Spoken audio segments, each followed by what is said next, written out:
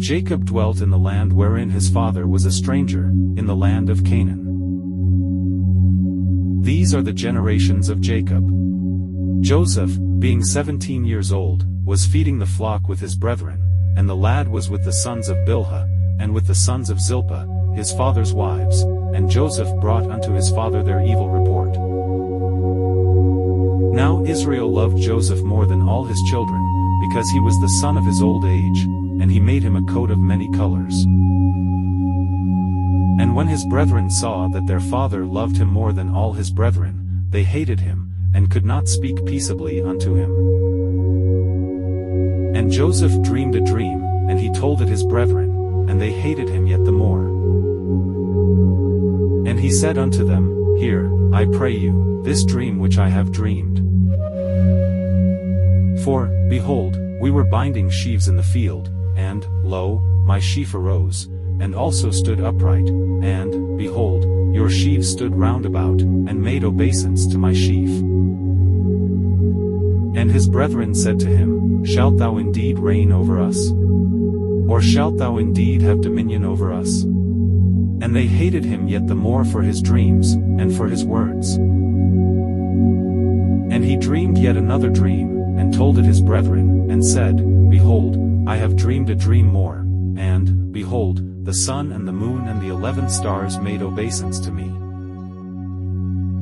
And he told it to his father, and to his brethren, and his father rebuked him, and said unto him, What is this dream that thou hast dreamed? Shall I and thy mother and thy brethren indeed come to bow down ourselves to thee to the earth?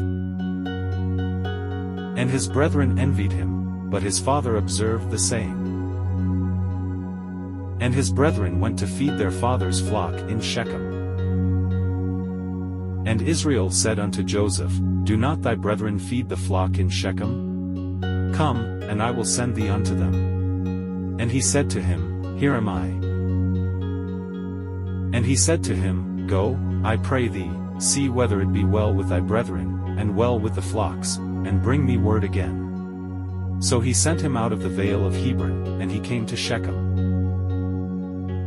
And a certain man found him, and, behold, he was wandering in the field, and the man asked him, saying, What seekest thou? And he said, I seek my brethren, tell me, I pray thee, where they feed their flocks. And the man said, They are departed hence, for I heard them say, Let us go to Dothan. And Joseph went after his brethren, and found them in Dothan. And when they saw him afar off, even before he came near unto them, they conspired against him to slay him. And they said one to another, Behold, this dreamer cometh. Come now therefore, and let us slay him, and cast him into some pit, and we will say, Some evil beast hath devoured him, and we shall see what will become of his dreams. And Reuben heard it, and he delivered him out of their hands, and said, Let us not kill him. And Reuben said unto them, Shed no blood, but cast him into this pit that is in the wilderness, and lay no hand upon him, that he might rid him out of their hands, to deliver him to his father again. And it came to pass, when Joseph was come unto his brethren, that they stripped Joseph out of his coat of many colors that was on him. And they took him, and cast him into a pit, and the pit was empty, there was no water in it. And they sat down to eat bread, and they lifted up their eyes and looked, and, behold, a company of Ishmaelites came from Gilead with their camels bearing spicery and balm and myrrh, going to carry it down to Egypt. And Judah said unto his brethren, What profit is it if we slay our brother, and conceal his blood? Come, and let us sell him to the Ishmaelites, and let not our hand be upon him, for he is our brother and our flesh. And his brethren were content. Then there passed by Midianites merchantmen, and they drew and lifted up Joseph out of the pit, and sold Joseph to the Ishmaelites for 20 pieces of silver, and they brought Joseph into Egypt. And Reuben returned unto the pit, and, behold, Joseph was not in the pit, and he rent his clothes. And he returned unto his brethren, and said, The child is not, and I, whither shall I go? And they took Joseph's coat, and killed a kid of the goats, and dipped the coat in the blood.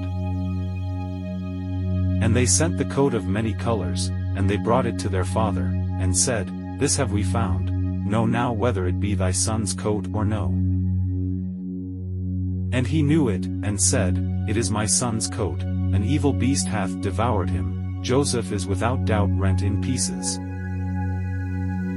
And Jacob rent his clothes, and put sackcloth upon his loins, and mourned for his son many days.